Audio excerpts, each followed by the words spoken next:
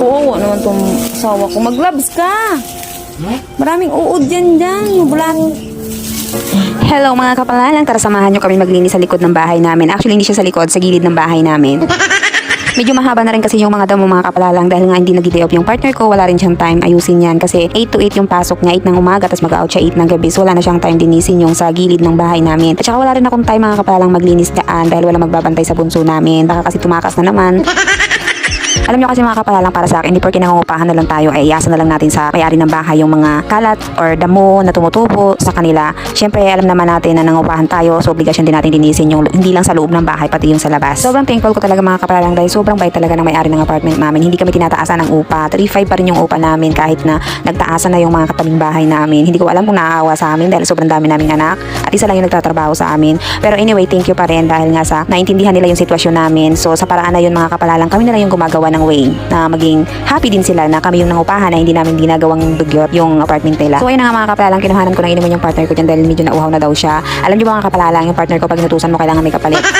Kung hindi pirang kailangan niya, alam niyo na yun kung anong gusto niya.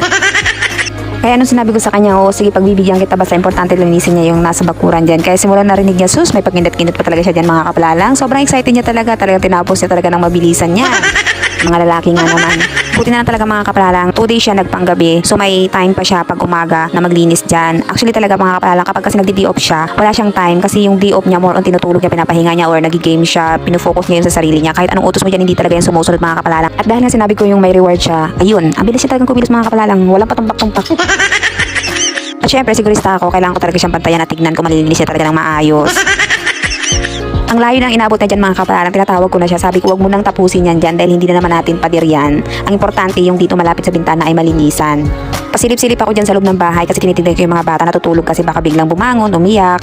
So magigising yung isa kapag yung isa ang umiyak. So kailangan ko sila rin bantayan para hindi madisturbo yung pagbabantay ko rin sa tatay nila na malinis ng maayos yung bakuran namin.